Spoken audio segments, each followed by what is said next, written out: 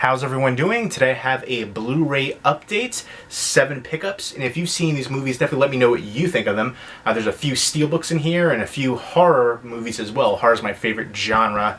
I've mentioned that before, but I love all genres of film. And first up is The Strangers. Now, I have seen The Strangers before. I saw it when it first came out, and I remember this was one of the movies that I was most disappointed with. I saw the trailer for this, and I was so excited. It looked so tense and palpable. And then I saw the movie, and I was just like, that's it? It was just a bunch of loud noises, and then a couple scenes with people with masks and bags on their heads, and that was really about it. It was just a rip-off of the French film Them, and Them was so much better. If you like Strangers or The Strangers, definitely check out Them. Basically the same concept, but way more developed and better done overall. And I think it does have a Blu-ray release from the UK that is region free, which I still need to pick up. I have the DVD of it. But The Strangers, I decided to pick this up. I got it for $5 to give it another watch because everybody raves about this one. And I did pop it in, and I have to say I like it a little bit more, but still not a ton. I don't think it's great by any means. Again, the movie Them is so much better. I did check out the unrated version because I wasn't sure if I saw the theatrical or the unrated version when I first watched it. But yeah, I mean, it's pretty much just a lot of loud noises, jump scare kind of stuff. And then, you know, people with masks and bags on their heads. And it does have some atmosphere to it, I'll give it that. It's decent. I don't think it's excellent. A lot of people say it's their favorite horror movie. That's cool. I'm going to keep this in the collection for now because for me, this is like the horror version of Step Brothers for me. I hate the movie Step Brothers, but every girl I know loves it. And I feel like it's the same kind of thing. Every girl I know loves The Stranger, so I can always pop this one in when it comes to like a date night and, you know, that kind of thing. But I do like Liv Tyler in here, and Scott Speedman was good. Again, I know they're making a sequel for this too, so hopefully the sequel will be better, hopefully. I know a lot of people love this one, so I'm in the minority. Again, I liked it a little bit more the second time around, but still, I don't think it's great. Next up is Jezebel. I remember watching this. I bought it like on demand when it first came out, and I had a couple friends over. And again, I'm one of those people that have seen a ton of movies where I think most movies are formulaic and predictable. So I predicted the twist of who the relationship is with her character. And yeah, I predicted that correctly. And I have witnesses, because every time I say that about a movie, people are like, there's no way you could see that. Like with the movie The Orphan, I knew right away that's what the twist was going to be, because you knew there was going to be a twist for it, and that's the most logical one. And I've had people like argue with me. I'm like, most movies are formulaic and predictable. If you've seen enough of them, you can figure stuff out. But this is another one where it was a little bit kind of convoluted, but I figured out there had to be some kind of tie-in. And I thought it was still decent, even though I could figure that out. I thought it was good atmosphere in it. And I really liked the lead actress, Sarah Snook. I first watched her, or saw her in a romantic comedy movie, rom-com from Australia with Ryan Quaton. I hated the movie, but I liked her a lot, and I've seen her in a bunch of things since, and I think she's a talented young actress. And again, I like the bayou element to it as well in Louisiana, and a decent ghost story. It could have been developed a little bit more, but overall still a decent one, and one I'd like to revisit. So I picked it up. Both of these were $5 a pop, so can't be disappointed in that. And both of these lots I got from a Facebook horror group.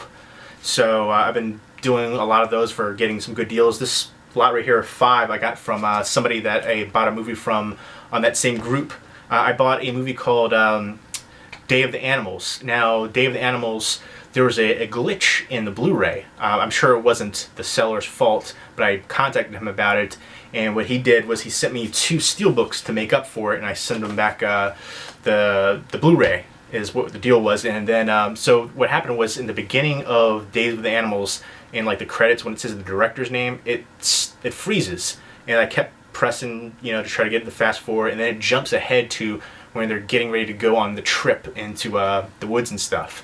So I don't know, I don't think I missed too much, but there was like a gap right there, and the disc was flawless, no scratches on it, so it must be a factory error kind of issue. And sometimes things like that happen in production. So I'm sure, you know, it wasn't his fault, nothing he can do about it, but he was really cool, and he said he'll send me 2 Steelbooks for that hassle, and, you know, so that was pretty awesome to me. So I ended up buying a couple more from him as well. And yeah, I looked at that disc, it was flawless. So again, wasn't wasn't anything with scratches or anything like that, just something from the factory. But first up, I picked up Gothika with Halle Berry. I remember this one being decent. It had Charles S. Dutton, Robert Downey Jr., Penelope Cruz in here as well. And I remember for a while I wanted to pick this one up, and I don't know if it was out of print and then came back, because I saw this going for like a decent amount of money. And then I looked up again, and then it looked like it was back in print. Maybe they re-released it, because then I saw like the prices were normal again.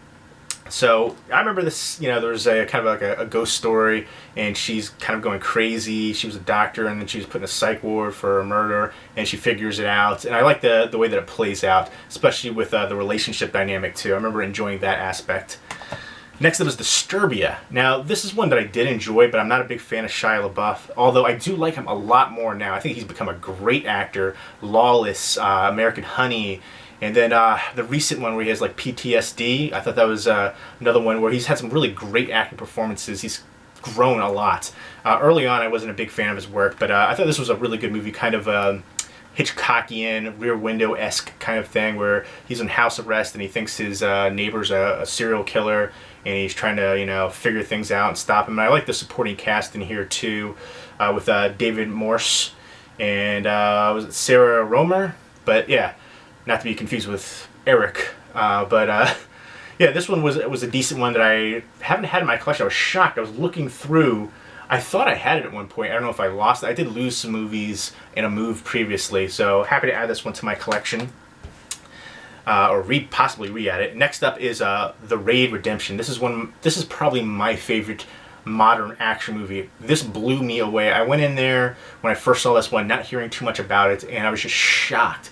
And then I think it finally caught on popularity-wise, and then the second one came out, which I haven't seen the second one yet. Heard a lot of people say it was just as good as the first. Some people even prefer it over the first, I've heard. But this was phenomenal.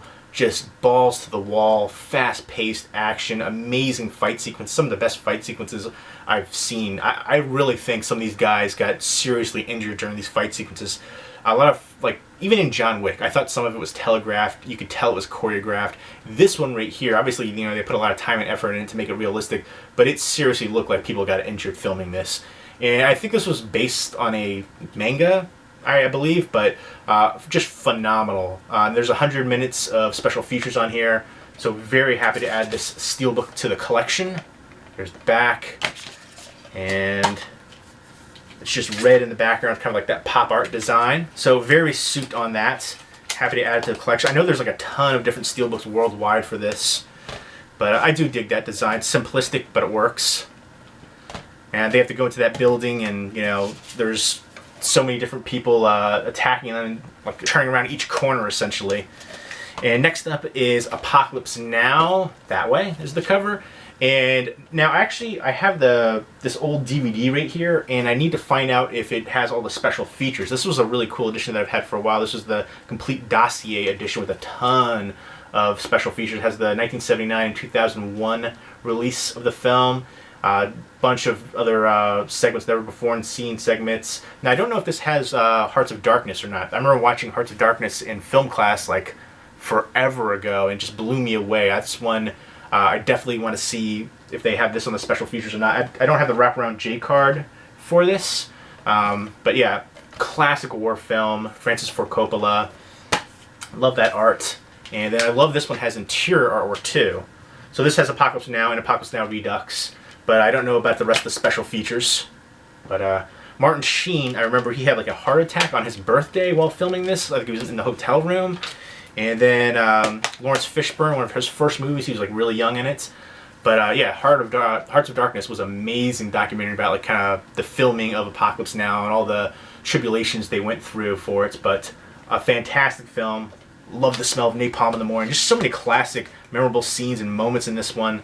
Next up is Equalizer, which again is I think this pop art kind of style. I do dig this one. I have the artwork rather. I haven't seen the movie yet, but I do like Denzel a lot. And this was directed by Antoine Fuqua, who did Training Day. He did Brooklyn's Finest, which I love. A great crime thriller movie, kind of dealing with cops and some corruption as well. But absolutely love Brooklyn's Finest. I don't think it gets its due, but Antoine Fuqua has done a lot of great films. Again, Training Day was initially I liked it but didn't love it. Now I absolutely love it. Although I think Denzel somewhat got a makeup Oscar for that role. I think it was still a really strong role. I think he's deserved many other Oscars, just like I think Leonardo DiCaprio's deserved many other Oscars, but I don't think his one was a makeup Oscar. I thought that performance was just amazing, and I think again him and Denzel deserved way more than just what they have currently.